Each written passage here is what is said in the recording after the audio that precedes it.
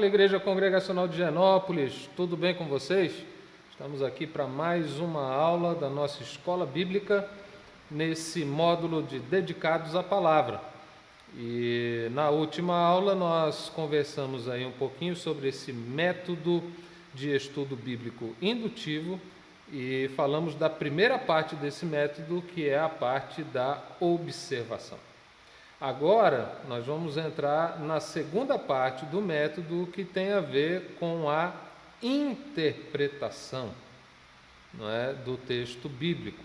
E eu queria que você prestasse bastante atenção. A gente vai bem devagarinho, a gente vai com calma aqui para que você possa nos acompanhar, ok?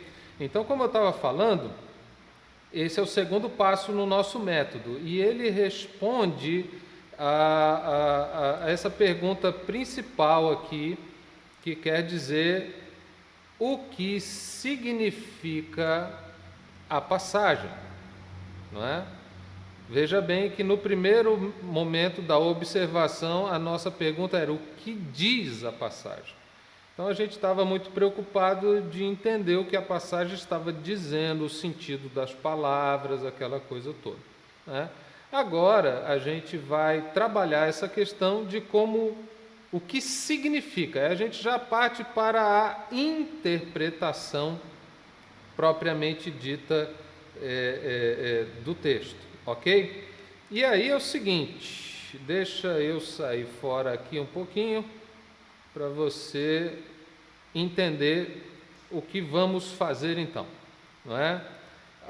Nós vamos dividir a nossa aula, deixa eu voltar de novo aqui, nós vamos dividir a nossa aula da seguinte forma, não é? Essa parte da interpretação vai ser dividida em algumas partes, não é? Nós temos a primeira aí, que é os princípios gerais de interpretação. Nessa primeira aula vamos tratar acerca desses princípios gerais de interpretação, para que você possa ter uma noção aí dos princípios que vão nortear você nesse processo de interpretação. Numa outra aula nós vamos falar sobre os princípios gramaticais de interpretação, não é? Você vai observar aí claramente as regras gramaticais para você poder fazer a interpretação. Depois nós vamos considerar princípios históricos e, por último, vamos considerar aí os princípios teológicos, não é? Então, essa parte do estudo bíblico indutivo sobre a interpretação, nós vamos dividir esse estudo aí nesses quatro passos, ok? Então, eu espero que você me acompanhe direitinho aí em cada um desses passos. A nossa ideia é ir bem devagar, para você poder se familiarizar, e a cada passo desse vamos passar um exercício específico para que você possa ir treinando, não é, esses passos, ok? Então, queridos, vamos lá para o nosso próximo slide, não é? E ele diz o seguinte: olha, nós vamos tratar agora desses princípios gerais de interpretação. Quais são eles? Não é? Quais são esses princípios gerais de interpretação? Primeiro deles que você precisa considerar é que a Bíblia tem autoridade. Não é? Quando você vai se aproximar do texto bíblico, você precisa entender que esse texto bíblico, ele tem autoridade. E aí nós temos aí a segunda epístola de Paulo a Timóteo, no capítulo 3, o verso 16, que diz assim: toda a escritura é inspirada por Deus e útil para o ensino, para a repreensão, para a correção, para a educação na justiça, a fim de que o homem de Deus seja perfeito e perfeitamente habilitado para toda boa obra. Então, quando você vai interpretar o texto bíblico, você precisa ter essa noção de que a Bíblia ela tem autoridade. A segunda coisa que você precisa observar é que a Bíblia, ela é a sua intérprete, não é? O que isso significa? Que a Bíblia, ela interpreta a si mesma. A Bíblia, ela interpreta, não é, a própria Bíblia. Quando você vê lá Atos capítulo 17, o verso 11, não é, diz assim: ora, estes de Bereia eram mais nobres que os de Tessalônica, pois receberam a palavra com toda avidez, examinando as Escrituras todos os dias para ver se as coisas eram de fato assim. A explicação que nós podemos dar para isso é que é o seguinte, não é? Um texto da Bíblia, ele explica o outro texto, não é? A gente vê o Novo Testamento implícito no Antigo Testamento e vemos o Antigo Testamento demonstrado no Novo Testamento. Então, a Bíblia, ela é a sua intérprete e você precisa perceber isso. Outra coisa de extrema importância é que a fé e o Espírito Santo, eles são extremamente necessários para esse processo de interpretação bíblica. Se você for ler comigo, não é, a segunda carta de Pedro, no capítulo 1, o verso 20, diz assim: sabendo primeiramente isto, que nenhuma profecia da Escritura provém de particular elucidação, porque nunca jamais qualquer profecia foi dada por vontade humana. Entretanto, homens santos falaram da parte de Deus, movidos pelo Espírito Santo, não é? Então, a gente precisa desse auxílio do Espírito Santo no processo de interpretação, para que tenhamos o entendimento da palavra. Em Lucas também, no capítulo 24, no verso 45, está escrito assim: então lhes abriu o entendimento para compreenderem as Escrituras. Isso é o próprio Jesus abrindo o entendimento, dando o entendimento ali aos seus discípulos desse processo de compreensão das Escrituras. Por mais que isso seja uma tarefa também intelectual, onde você emprega a tua inteligência, onde você também emprega outras ferramentas de interpretação e de conhecimento bíblico, também é extremamente necessário essa iluminação do Espírito Santo para que você tenha o real entendimento. Não é apenas as ferramentas da hermenêutica, da exegese bíblica, não são suficientes, embora sejam extremamente importantes, mas sem o entendimento que o próprio Senhor dá, a gente não consegue. Outra coisa que você precisa aí observar também é que você precisa interpretar a experiência pessoal à luz da Escritura, nunca o contrário, não é? O que quer dizer isso? Tem muita gente que tem uma experiência e vai para a Bíblia para buscar fundamentar a sua experiência. E aí é de onde surgem muitos problemas, muitas heresias, porque isso, de fato, não é possível. Você precisa olhar a sua experiência pessoal à luz do que a palavra diz, porque ela é a fonte primária e última de autoridade e de verdade. É ela que nos diz como deve ser a nossa forma de proceder, de agir.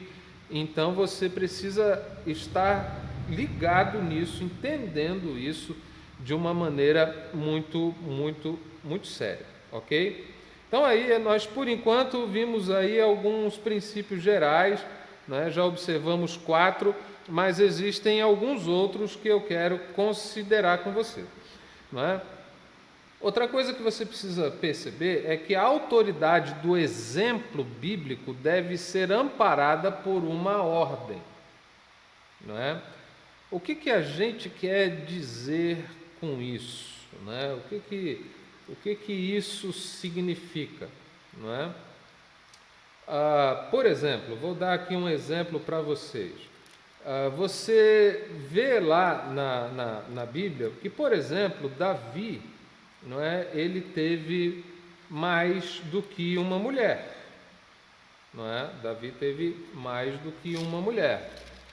Você vê outros exemplos aí durante a Bíblia toda que você vai perceber que alguns homens tinham várias mulheres. Aí você pode deduzir. Então, a poligamia é alguma coisa que Deus aprova porque está na Bíblia. Se está na Bíblia, é bíblico. Mas não há nenhum mandamento na Bíblia dizendo para você, não é, casar-se com várias mulheres. Não é? Na verdade, quando a Bíblia fala, não é, o próprio Jesus menciona isso, ele diz assim: vocês ouviram o que foi dito desde o princípio, né? Que Deus uniu o homem à sua mulher, e o que Deus uniu ninguém separa. Então aí você já percebe que as coisas ali estão no singular, não é unir o homem às suas mulheres, não é? E aí você fala: pô, pastor, mas então está descrito lá essa questão da poligamia. Bom, a Bíblia relata a poligamia, mas sempre mostrando o lado trágico disso, o problema que era isso, e que na verdade o plano original de Deus não era esse, né? Você mesmo no Novo Testamento, você vê que toda a ideia do casamento é de um casamento monogâmico, né? Então você não pode ver um exemplo bíblico, ou seja, ele está na Bíblia, mas sem que ele esteja amparado por uma ordem expressa que assim valide aquele comportamento, né? 1 Tessalonicenses capítulo 1, o verso 6 diz assim: com efeito vos tornastes imitadores nossos e do Senhor, tendo recebido a palavra, posto que em meio de muita tribulação e com alegria no Espírito Santo. E também 1 Coríntios 11, 1, você vê ali o apóstolo Paulo falando: sede, pois, meus imitadores, como eu sou de Cristo. E ali a gente tem um exemplo que Paulo está dando, mas que está amparado, né, em diversos outros textos, não é, com essa ideia de ordem, não é? A Bíblia diz para a gente se tornar santo como o Senhor é santo. Isso significa que a gente precisa imitá-lo, não é? E Paulo está dizendo: imitem a mim porque eu estou imitando a Jesus. Então esse é um tipo de coisa que você precisa considerar aí no momento de fazer a tua interpretação, ok? Uma outra coisa que você precisa ter em mente é que o propósito da Bíblia é transformar vidas e não aumentar o teu conhecimento pura e simplesmente, não é? Lucas 24, o verso 32, diz assim: disseram um ao outro: porventura não nos ardia o coração quando ele pelo caminho nos falava, quando nos expunha as Escrituras? Você percebe muito claramente ali que aqueles dois discípulos no caminho de Emaús, eles, quando confrontados pela palavra, aquilo não foi pura e simplesmente um exercício intelectual, não é? um sarau de conhecimento. Aquilo, na verdade, foi algo que lhes ardeu no coração, que lhes provocou uma mudança de vida. E a palavra de Deus tem esse objetivo, não é? E cada cristão tem o direito e a responsabilidade de interpretar a Bíblia. Atos 17, 11 fala daqueles irmãos lá de Bereia que escutavam a palavra e examinavam as Escrituras diariamente para perceber se era assim mesmo que as coisas funcionavam, entende? Você tem o direito e você tem a responsabilidade de interpretar a Bíblia. Isso foi uma herança da Reforma Protestante, não é? Que entregou a Bíblia na mão dos crentes e deu a eles não a possibilidade apenas de ler, mas também de interpretar, não é? E quebrou aquele monopólio, não é? Que era um monopólio que pertencia à Igreja Católica como a única detentora da interpretação, não é? Então isso é dado a todo crente como um sacerdote, não é? Que é em Cristo Jesus, para que ele trabalhe essas questões aí com responsabilidade, exercendo o seu direito. Isso não significa que você vai dar à Escritura qualquer sentido que dê na sua cabeça. Você já vai aprender aqui com a gente que não é bem assim que a banda toca, ok? Nós temos aí mais alguns princípios gerais de interpretação para serem considerados. A história da igreja, ela é importante, mas ela não é decisiva na interpretação. Não é? O que isso quer dizer aí de uma maneira bem prática e bem objetiva? Não é? Todo texto bíblico ele deve ser considerado à luz de sua história, porque ele foi escrito numa determinada época, dentro de uma cultura, para um determinado grupo de pessoas. Ele tinha um objetivo ali muito claro e explícito, não é? E para a gente entender isso, a gente precisa entender a história. Essa questão aqui diz respeito àquela coisa que eu acabei de falar aqui um pouquinho, que a interpretação da Bíblia ela era exclusiva da Igreja Católica e ela era interpretada à luz de suas tradições, de sua história e tal. E o que a gente está dizendo aqui, somos uma igreja reformada, não é? Oriunda da Reforma Protestante, que a história ela é importante, mas ela não é decisiva no processo de interpretação bíblica. Não é? E Marcos, capítulo 7, o verso 8, Jesus está confrontando os religiosos, os fariseus, e ele diz assim: negligenciando o mandamento de Deus, guardais a tradição dos homens. O que ele está dizendo aqui é que muitas vezes a própria palavra de Deus era colocada de lado em função da tradição, em função, não é, de uma cultura, de um rito religioso. A palavra de Deus ficava de lado, como por exemplo, não é, quando eles diziam, a Bíblia diz para honrar o pai e a mãe, e isso tinha toda uma conotação de cuidado, de patrocínio, de envolvimento de finanças, inclusive, para honrar esses pais na sua velhice.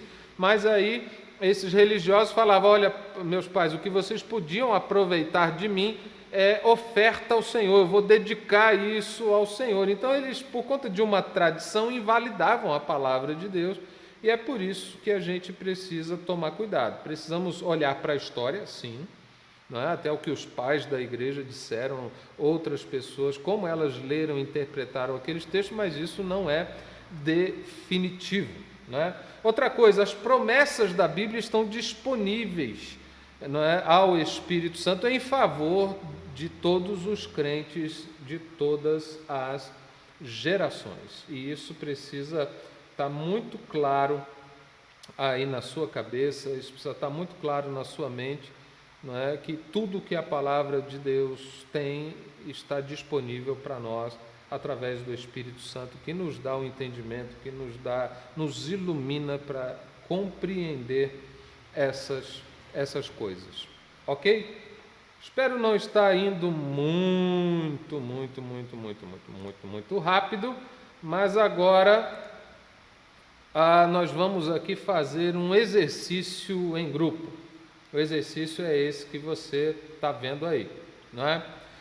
Você vai pegar os textos de Romanos, capítulo 4, os versos de 1 a 4. Eu fiz esse recorte, mas você pode ler mais um pouquinho, não tem problema nenhum, tá?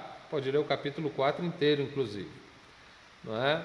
Mas eu fiz esse recorte só para você perceber que, na comparação com Tiago, capítulo 2, os versos de 18 a 26, existe uma aparente contradição, não é? Um está dizendo que Abraão foi justificado pela fé independentemente das obras. O outro está dizendo que Abraão foi justificado pelas obras por meio da fé. E existe aí uma aparente contradição.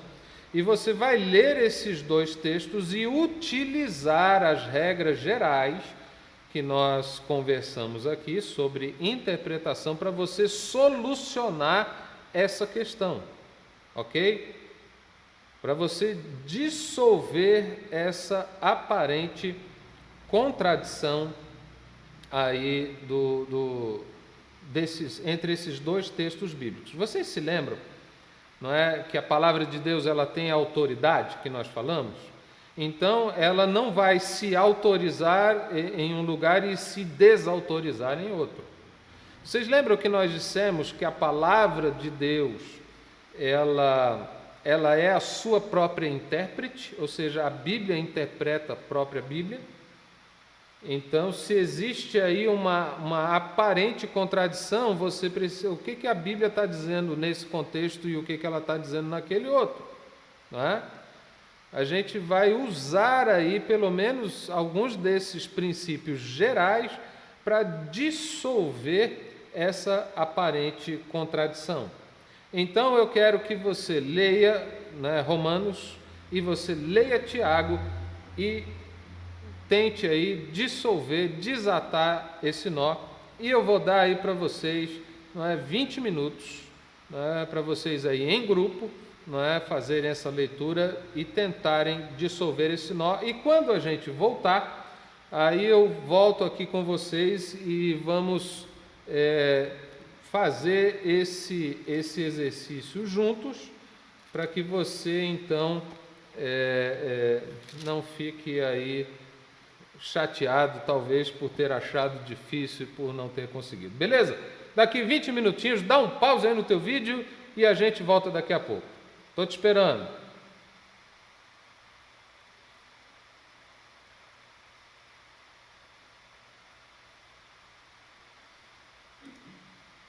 Vamos lá, gente boa, acabou seu tempo. Volta para cá comigo, não é? 20 minutos, não foi bem 20 minutos não. Tem gente que ficou mais tempo, não tem problema, não é? Mas volta aqui comigo. Romanos, capítulo 4, de 1 a 4. Que, pois, diremos ter alcançado Abraão, nosso pai, segundo a carne? Porque se Abraão foi justificado por obras, tem de que se gloriar, porém não diante de Deus, pois que diz a Escritura: Abraão creu em Deus e isso lhe foi imputado para a justiça. Ora, ao que trabalha, o salário não é considerado como favor, e sim como dívida. Ok? Aí você pula comigo lá para Tiago, não é? Se você não fez a leitura total, nós vamos fazê-la agora. Tiago capítulo 2, a partir do verso 18. Mas alguém dirá: tu tens fé e eu tenho obras. Mostra-me essa tua fé sem as obras, e eu, com as obras, te mostrarei a minha fé. Crês tu que Deus é um só? Fazes bem, até os demônios creem e tremem. Queres, pois, ficar certo, ó homem insensato, de que a fé sem obras é inoperante? Não foi por obras que Abraão, o nosso pai, foi justificado quando ofereceu sobre o altar o próprio filho Isaque? Vês como a fé operava juntamente com as obras. Com efeito, foi pelas obras que a fé se consumou e se cumpriu a Escritura, a qual diz: ora, Abraão creu em Deus e isso lhe foi imputado para a justiça e foi chamado amigo de Deus. Verificais que a pessoa é justificada por obras e não por fé somente.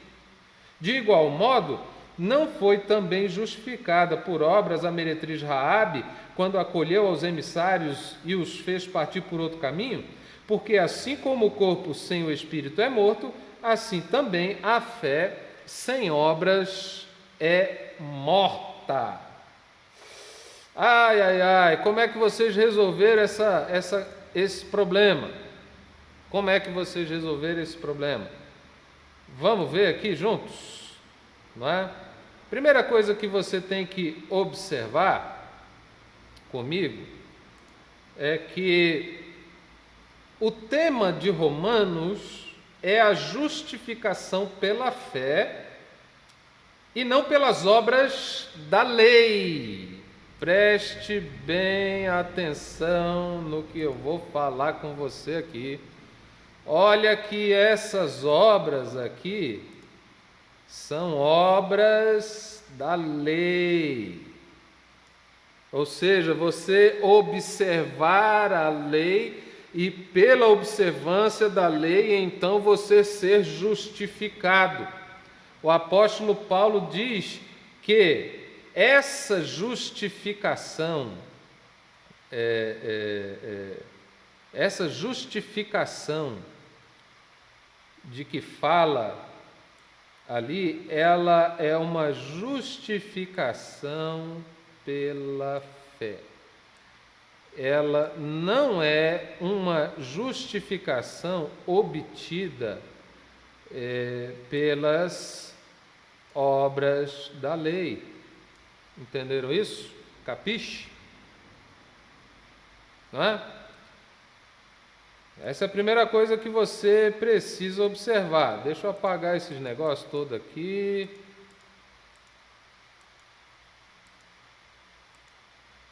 Para a gente continuar aqui, vamos lá.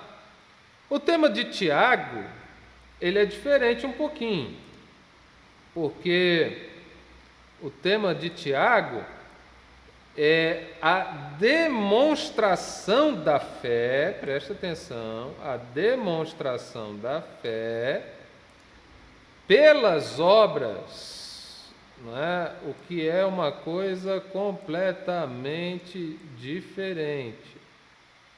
Lá ele estava falando das obras da lei. Ups, aqui ficou demais. Vou apagar esse negócio aqui que vocês não merecem isso não. Tem que fazer bonito.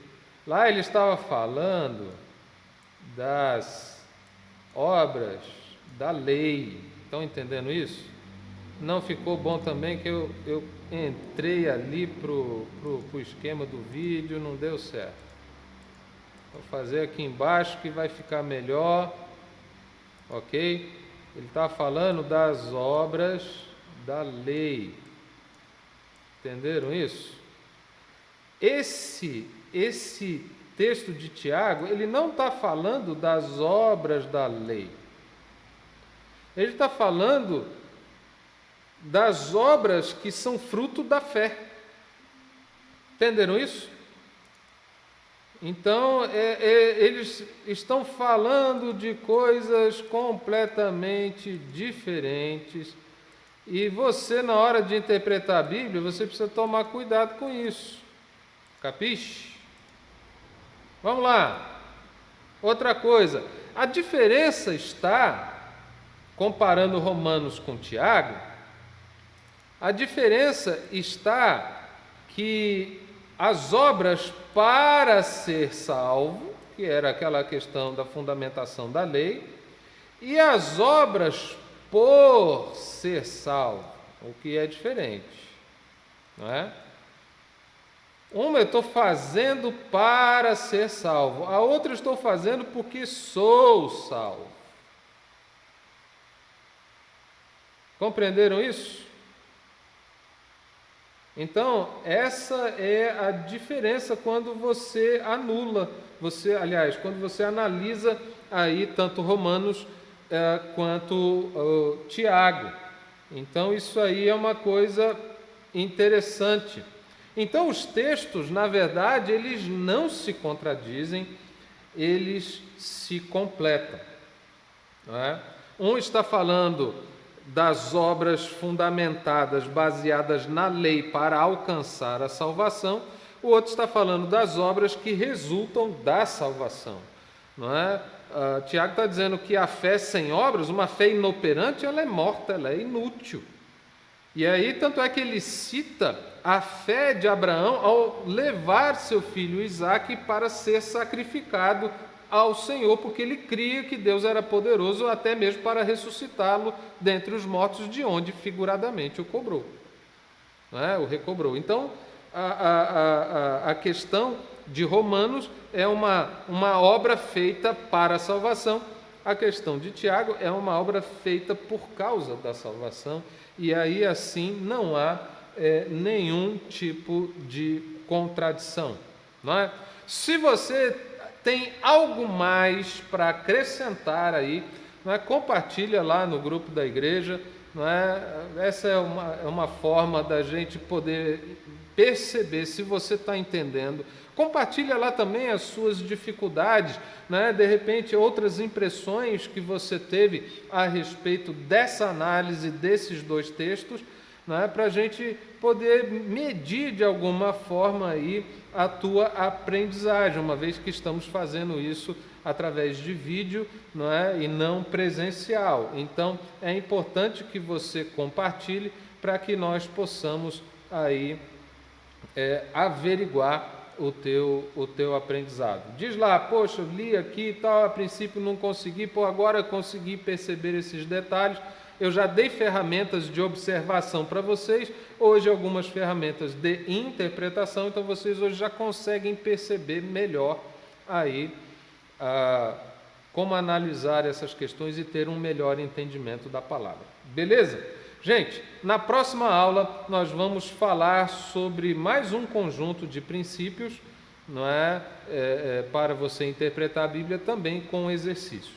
Beleza? Então, eu te vejo na próxima aula, não é? Terminem aí orando uns pelos outros e a gente se vê na semana que vem. Deus abençoe vocês, fiquem com Deus. Tchau.